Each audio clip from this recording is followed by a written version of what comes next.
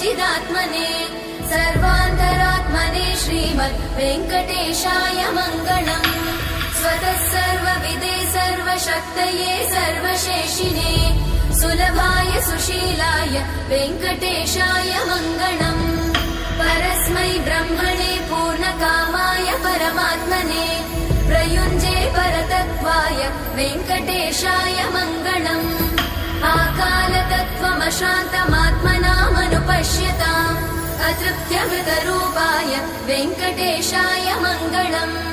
प्रायस्वचरणौ पुंसां शरण्यत्वेन पाणिना कृपया दिशते श्रीमद् वेङ्कटेशाय मङ्गलम्। दयामृततरङ्गिण्यास्तरङ्गैरिव शीतलैः अपाङ्गैः सिञ्चते विश्वं वेङ्कटेशाय मङ्गलम्। स्रग्भूषां